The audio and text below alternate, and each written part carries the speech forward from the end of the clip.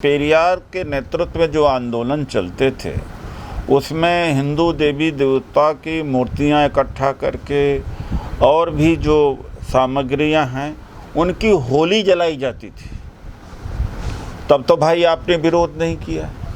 AIADMK भी इसी विचारधारा का है।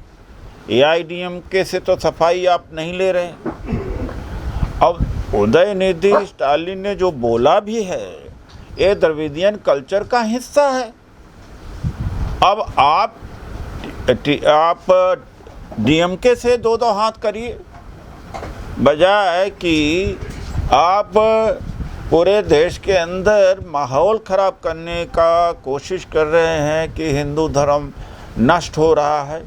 भाई या सनातन, एक तरफ ये कहते हैं कि सनातन आदि और अनंत है, शाश्वत है, तो भाई शब्दों से क्या सनातन मिट जाए, सनातन खत्म हो जाएगा? एक माहौल मिल गया। ऐसे माहौल, इस पर मोदी जी ने कहा था कि मंत्री हमारे जवाब दें, सख्ती से जवाब दें। तो मैंने स्वीकार किया चुनौती कि हम सख्ती से संवाद करने को तैयार हैं। फौरन प्रधानमंत्री जी को पत्र लिखा।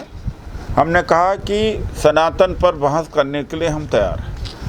ये 52% जो पिछड़ों को आरक्षण मिला था, जिसका विरोध आरएसएस बीजेपी में किया था, ये क्या सनातनी नहीं है?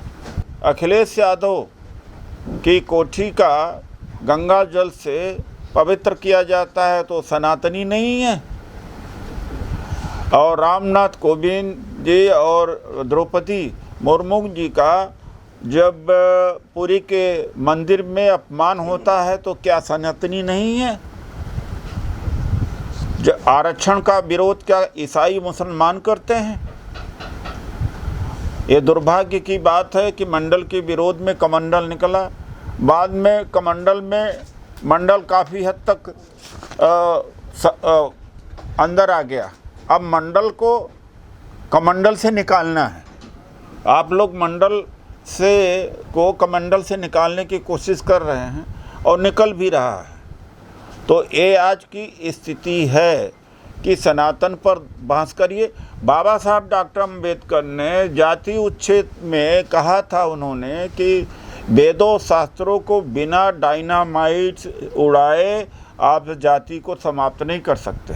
इस पर बहस करिए मोदी जी, इस पर आरएसएस बीजेपी करे, क्योंकि बाबा साहब का तो मानते हैं वो लोग।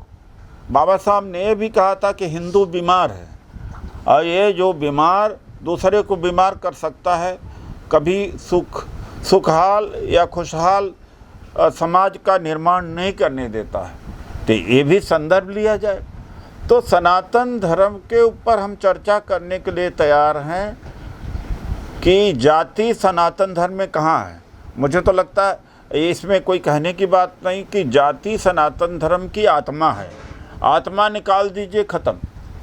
तो जाति जब तक है तब तक भेदभाव, छुआछूत, शोषण तो होता रहेगा। तो ये हम प्रधानमंत्री जी को, आरएसएस बीजेपी को एक उनकी चुनौती स्वीकार करते हैं कि हम सनातन पर बहस करने के लिए तैयार हैं। आइए हम सनातन पर बहस करते हैं। धन्यवाद। पर बहुत तो कहते हैं सनातन को मिटाने वाले ही मिट गए दुनिया से। देखिए, ऐसे कहने की बात है राजेंद्र जी।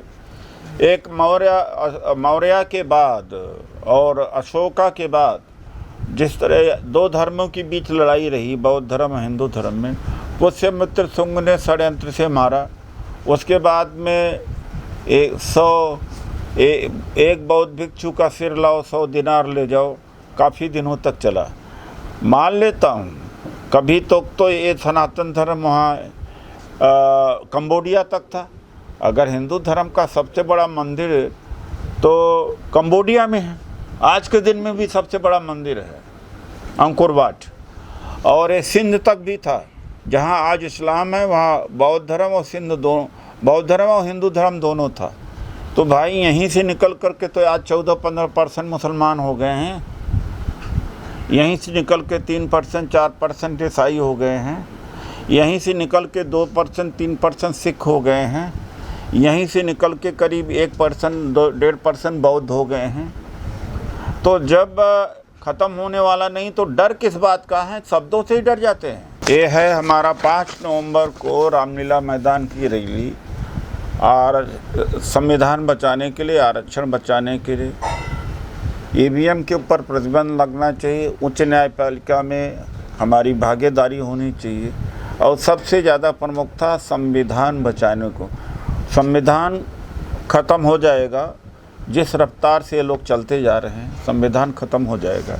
यही 2 महीना है पूरे देश के, मैं दलितों, पिछड़ों या जो भी मानवतावादी हैं, सेकुलर हैं, किसी भी बिरादरी के हैं, लिबरल हैं, उनसे अपील करता हूं कि 5 नवंबर को दिल्ली के रामलीला में मैदान में पहुँचे। आगे कोई मतलब, ख़ास तौर से मुस्लिम समाज, ईसाई समाज से भी मैं अपील करता हूँ, सबसे, उनको भी इस संविधान को ज़िंदा रहना मुसलमानों के लिए भी बहुत ज़रूरी है। देखिए, ये कोई संयोग नहीं है, ये प्रयोग है कि बाबा साहब को अपमान करना, इंडिया को हटा करके खड़गे जी को न बुलाना, ये दलितों को अभी भी अछूत और दलित ही समझते हैं।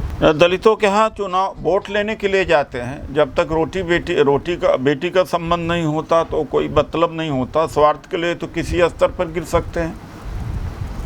सर, नीतीश कुमार गए थे डिनर में, उसको कैसे देख रहे हैं? देखिए, ऐसा है कि नीतीश कुमार न कांग्रेस है, न कांग्रेस नीतीश कुमार है। वो जो 26 दलों का जो गठबंधन है, उनमें उनके अपने भिन्न विचार भी हैं, और ज़रूरत यह है कि कॉमन मैनेजमेंट प्रोग्राम के तहत चुनाव लड़ें संविधान बचाने के लिए। मैं नहीं देखता हूँ जीत कोई मतलब है कि कांग्रेस की सीटें कम हो जाएं या बढ़ जाएं, उनकी सीटें। आज सबसे ज़्यादा चुनौती है वास्तव में संविधान बचाने की चुनौती है, देश में तानाशाही की चुनौती है, इसलिए सबको मिलके करना चाहिए। पर सर, उदयनिधि के बयान से कांग्रेस ने अपने आप को अलग कर लिया। नहीं, अब कांग्रेसी मैं भी तो हूँ। हमने अगर सनातन और ये नहीं कि पूरा देश जानता, पूरी पार्टी को मालूम है स्टैंड, तो कांग्रेस ने तो मुझे नहीं रोका। अब वो कांग्रेस में जो दलित लोग हैं उनको आगे आना चाहिए। अब उनकी आवाज़ नहीं, वो आगे नहीं आते हैं, स्वार्थी है, अलग बात है। हमने तो उनकी चुनौती स्वीकार करी है। भक्तों और बीजेपी आरएसएस को शर्म से डूब मरना चाहिए। जब सोनिया गांधी जी को प्राइम मिनिस्टर बनने की बात आई थी, चर्चा ही थी, तो सुषमा स्वराज सिर मुड़वा रही थी, और कोई इनको कहता है जर्सी गाय, विदेशी अभी तक कहते रहते हैं। किस मुंह से ईसाई देश में, इंग्लैंड एक ईसाई प्रधान देश है, एक गौरव की बात करते हैं कि एक हिंदू होते हुए प्राइम मिनिस्टर है। इनको शर्म से डूब के मर जाना चाहिए। मीडिया ज़्यादा करती है, इसी मीडिया को, इस भाड़ मीडिया को देखना चाहिए किस तरह से उछल के बात कर रही। यही भाड़ मीडिया आज भी ये कहती है डिबेट में कि राहुल अपने नानी के घर गए हैं, यही मीडिया कहती है। अभी तक उनको ओबामा अफ्रीकी मूल के आदमी को अमेरिका में राष्ट्रपति बना दिया गया। यहाँ पर कि मुसलमान को अगर जिस दिन प्रधानमंत्री बना दें या ईसाई को बनाएं, तब पता लगेगा, तब इनको गर्व करना चाहिए सुनक के ऊपर। लेकिन भैया ऐसा है कि जनता इस देश में धर्मांधता के नशे में है। महंगाई इतनी बढ़ी है, पार्टियों की हालत है कि पार्टियां अपना पैसा खर्च करके जनता की समस्याओं को जनता को लेके आते हैं। क्या इनको नहीं होना चाहिए? ये